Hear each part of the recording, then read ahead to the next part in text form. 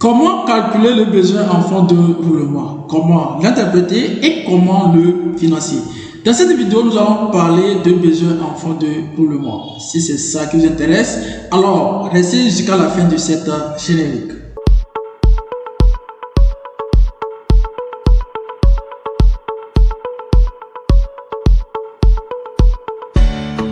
Alors, une fois encore, soyez les bienvenus sur la chaîne YouTube du Centre d'application mobile.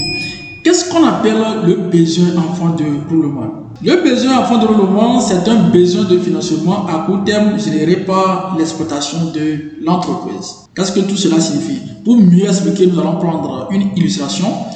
Donc ici, nous avons notre exemple. On dit, Monsieur Dossou a démarré son entreprise dénommée One Day, spécialisée dans l'alimentation générale. Le 20 juin 2025, la situation de la boutique du jeune entrepreneur se présente comme suit. Le stock minimum dans son magasin se lève à 7 500 000. Les créances clients se lèvent à 5 150 000. Les créances clients, ce sont les dettes que les clients doivent à la boutique. Et après, nous avons ici dette fournisseur, c'est-à-dire dette fournisseur, c'est la dette que le jeune entrepreneur a auprès de ses fournisseurs. Donc, pour déterminer de façon simple le besoin en fonds de roulement de notre cher jeune entrepreneur, nous devons tout simplement prendre le stock qu'il a dans son magasin. On va ajouter ce que les clients lui doivent et nous allons enlever ce que lui aussi doit à ses fournisseurs. Donc, si nous prenons cette formule, ça veut dire que nous allons prendre les 7 500 000 plus les 5 150 000 et maintenant nous allons enlever les 4 560 000 et que nous allons trouver le besoin en fonds de roulement de 8 090 000. Donc ce montant veut dire quoi? Ça veut dire tout simplement que le jeune entrepreneur a besoin d'un financement de 8 090 000 francs avant même d'encaisser l'argent auprès de ses clients. C'est ça qu'on appelle le besoin en fonds de roulement. C'est très important de le calculer car ça permet de projeter la vie de l'entreprise dans le futur. Ce qui aussi il faut retenir est que le besoin en fonds de roulement varie en fonction du chiffre d'affaires et la taille de l'entreprise. Voici la courbe, on nous dit courbe du besoin en fonds de roulement en fonction de la taille et le chiffre d'affaires. Donc lorsque nous prenons une entreprise du chiffre d'affaires de 100 000, ça veut dire que le besoin en fonds de roulement de cette entreprise serait proportionnel à la taille de cette entreprise.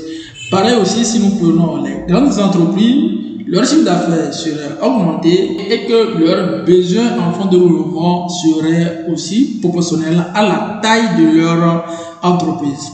Alors, après avoir connu ce que c'est que le besoin en fonds de roulement, maintenant comment il faut gérer le besoin en fonds de roulement?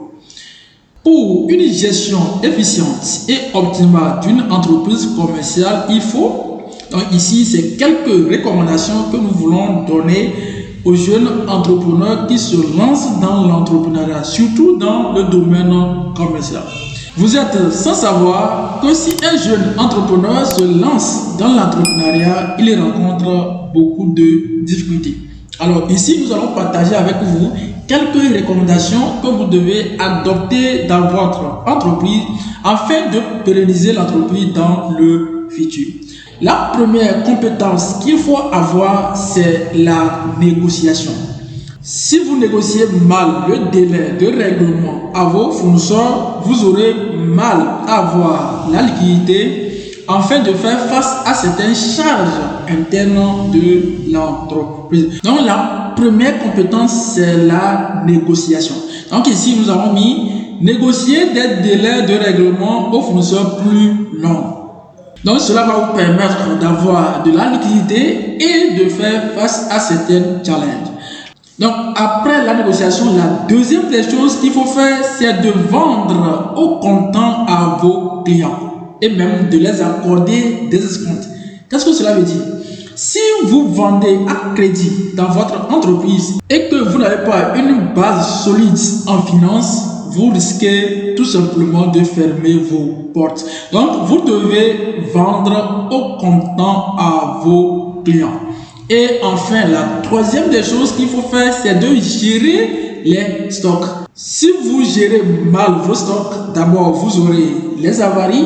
Les avaries, c'est quoi? Ce sont les produits périmés dans le magasin. Donc, vous devez éviter ces genres de choses afin d'optimiser votre revenu. Et ensuite, vous devez adopter les délais de livraison courts à vos clients. Ça dit quoi? Ça dit que au moment où le client paye, vous devez lui livrer. Ça permet de fidéliser la clientèle. Donc, si vous avez une base de clientèle fidélisée, ça veut dire que vous pouvez pérenniser dans le futur.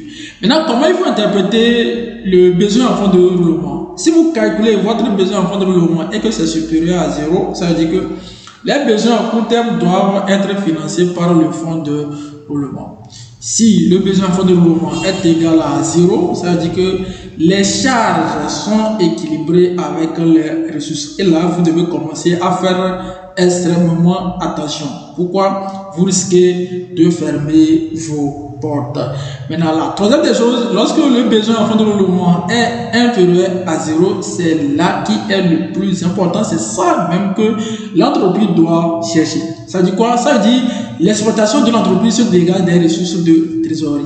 Et ici, la plupart de ces entreprises, ce sont les supermarchés, les pharmacies, où ils ont la possibilité d'aller acheter à crédit auprès de leurs fournisseurs et de revenir vendre au comptant à leurs clients. Donc, ça leur permet d'avoir une liquidité et de faire face aux challenges intérieurs de leur entreprise. Donc, bref, le besoin en fonds de roulement est un indicateur qui permet aux entrepreneurs de prendre les décisions adéquates pour l'avancement de l'entreprise. Maintenant, surtout aussi, il faut garder que la manière dont nous avons calculé le besoin en fonds de roulement de notre cher entrepreneur, M. Josu, ici, ça ne représente pas concrètement la réalité de son entreprise. Donc, pour cela, nous allons apprendre comment il faut calculer le besoin en fonds de roulement normatif. Qu'est-ce que c'est que le besoin en fonds de roulement normatif? C'est un besoin en fonds de roulement qui se détermine en fonction du nombre du chiffre d'affaires. Donc ici, nous avons les composants, les délais, le coefficient de structure et le besoin en fonds de roulement normatif en chiffre d'affaires. Donc ici, nous avons les composants qui sont les stocks, les crédits clients et les crédits fournisseurs. Donc pour trouver le coefficient de structure à partir des stocks, nous devons prendre juste le rapport entre les achats hors taxe sur le chiffre d'affaires hors taxe. Et là, ça va nous permettre de trouver le coefficient de structure de stock. Et maintenant, pour trouver le besoin normatif en chiffre d'affaires, nous devons prendre le délai ici multiplié par le coefficient de structure. Ensuite, pour trouver le coefficient de structure à base des crédits clients, nous devons prendre le rapport du chiffre d'affaires TTC et le chiffre d'affaires hors taxe. Donc, pour trouver son besoin normatif en chiffre d'affaires, nous devons prendre le coefficient de structure déterminé ici multiplié par le délai. Maintenant, le coefficient de structure des crédits fournisseurs, il faut prendre les achats TTC sur le chiffre d'affaires hors taxe et lui va rester au niveau des ressources. Alors maintenant, comment il faut déterminer les délais de stock de crédit client et de crédit fournisseur? Donc, pour les déterminer, pour le stock, il faut prendre le stock moyen que vous avez sur le coût de production multiplié par 360. Et pour les créances clients, il faut prendre les créances clients que vous avez, c'est-à-dire l'argent que vous avez dehors auprès de vos clients sur le chiffre d'affaires TTC. Et à la fin, pour les dettes auprès de vos fournisseurs, il faut prendre le total des dettes des fournisseurs sur achat TTC multiplié par 360. Et voici tout ce que nous pouvons dire au niveau de besoin en fonds de roulement. Maintenant, nous allons entamer la phase de l'application. L'application, on dit, étant expert comptable, le directeur général de la société One Day vous communique les informations relatives à son entreprise ci-dessous. Total des ventes s'élève à 6 millions, achat des marchandises s'élève à 4 millions 600. Le délai de paiement de fournisseurs est de 45 jours, pour le stock est de 90 jours et le délai de paiement des clients est de 30 jours. On dit NB, le taux de la TVA appliqué est de 18%. TAF, calculer le besoin en fonds de roulement normatif de la société de M. Josu commis exprimé en jour le chiffre d'affaires. Donc voici l'exercice qui va nous permettre mieux de comprendre comment il faut calculer le besoin en fonds de roulement normatif en chiffre d'affaires. Sans plus tarder, nous allons entamer la phase solution. Donc ici, nous avons relevé les composants du besoin en fonds de roulement. Nous avons ici le stock, les crédits clients, les crédits fournisseurs et le total. Et ici, à la fin, nous avons le besoin normatif. Donc, les délais, l'application nous a donné les délais. On a ici le stock qui est 90 jours.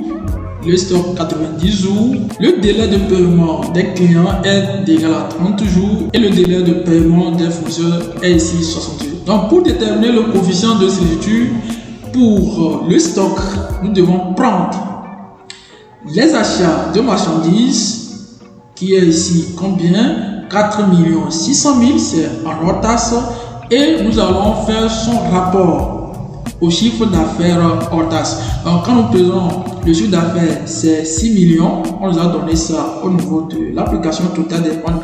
Je l'aime ici à 6 millions, on va faire le rapport. Donc quand nous faisons le rapport, nous allons trouver le coefficient de césure qui s'élève à 0,77. Donc, pour trouver le besoin normatif en jour du chiffre d'affaires, nous devons prendre le délai que l'on nous a donné multiplié par le coefficient de césure. Donc ici, ça nous donne 69,30. Maintenant, le coefficient de césure pour le client, nous devons prendre le chiffre d'affaires TTC sur le chiffre d'affaires hors taxe. On nous a donné la TVA ici est de 18%. Donc, pour quitter du montant hors taxe et trouver le montant TTC, on prend le montant hors taxe multiplié par 1,18. Quand nous faisons le rapport, nous allons trouver 1,18. Donc, pour trouver le besoin normatif en jour du chiffre d'affaires, il faut prendre le délai qu'ils nous ont donné ici multiplié par le coefficient de césure, ce qui nous donne 35,40. Et enfin, maintenant, pour trouver le coefficient de césure des dettes fournisseurs, il faut prendre les achats TTC sur le chiffre d'affaires hors taxe. Donc ici, quand nous faisons, on trouve 0,9210. Et lui va rester au niveau de ressources. Ça veut dire que c'est une dette. Et maintenant, quand nous faisons le total des emplois, ça nous donne 104,70. Et le total des ressources nous donne 54,00. Nous avons appris en analyse comptable que le total des emplois doit être toujours total des ressources. Donc, quand nous faisons la différence entre le total des emplois et le total des ressources, ça nous donne ici 50,70. Ce qui montre qu'il faut au minimum 50 jours avant d'encaisser le trésorerie auprès de la clientèle. Voici ce que nous pouvons dire au niveau de besoins en fonds de roulement. Si vous avez des questions, n'hésitez pas à les faire savoir en commentaire. Et surtout, si vous n'êtes pas encore abonné, abonnez-vous et cliquez sur la cloche de notification afin de ne rater aucune de nos publications. Alors, sur ce, nous vous disons merci et à plus.